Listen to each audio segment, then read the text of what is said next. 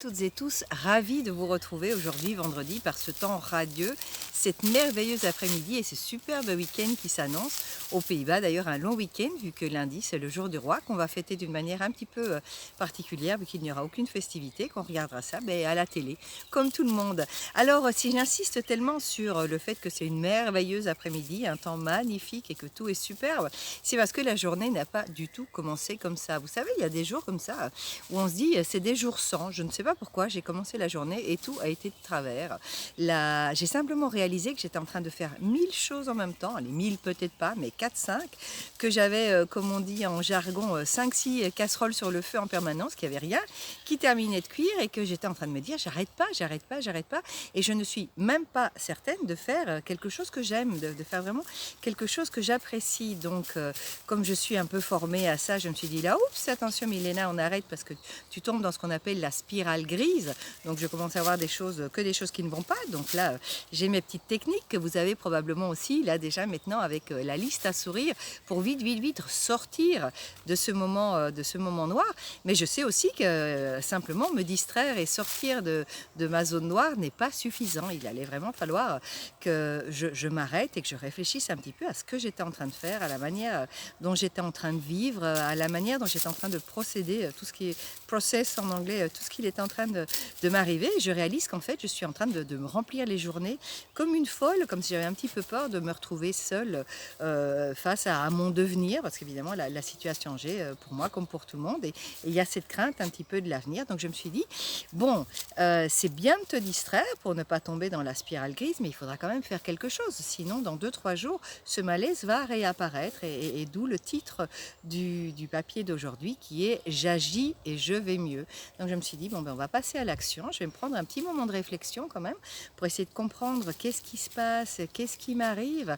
Je vais réagir pour ne pas rester dans le gris, mais surtout maintenant je vais agir pour que cette tendance à aller pas bien se transforme. Donc j'ai simplement réalisé que j'avais une vilaine tendance à avoir peur du vide.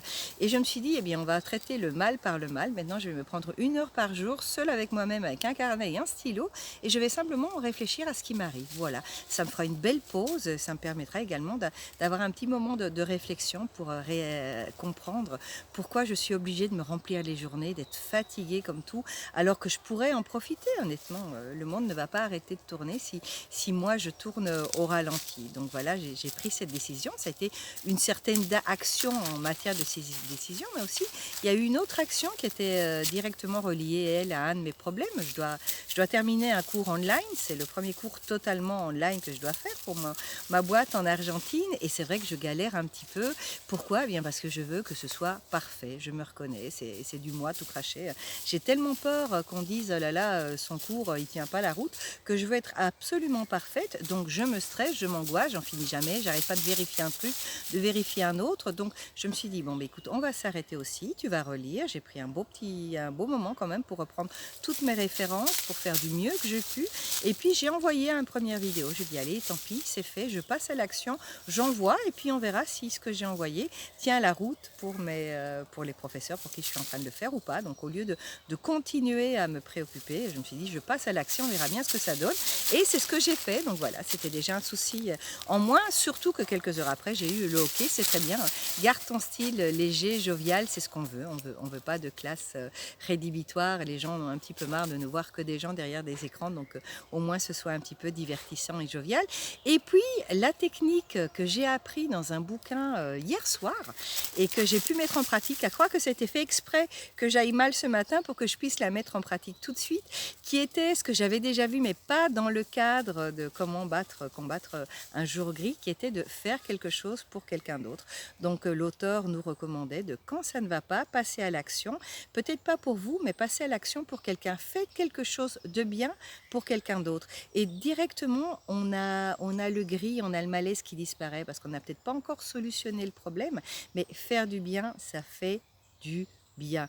Donc voilà, j'avais un truc de Vrijwilliger, donc de volontaire pour prendre un café virtuel avec une vieille dame. Et bien ça s'est fait, ça s'est très très bien fait. Et c'est vrai qu'après je me suis sentie beaucoup mieux. Ça ne s'est pas arrêté là. J'ai préparé un bon petit plat, ce qui n'est absolument pas dans mes habitudes, pour mon mari et mon fils ce soir.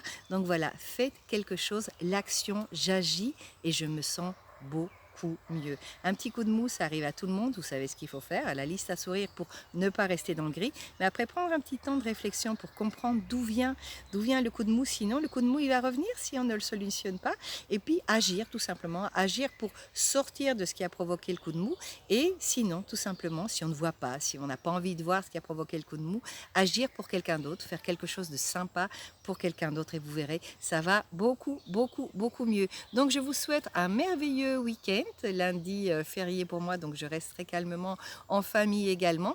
Et on se voit la semaine prochaine. Profitez de la vie, faites des choses pour autrui et vous verrez, on se sent nettement plus rose et ça fait du bien de faire du bien.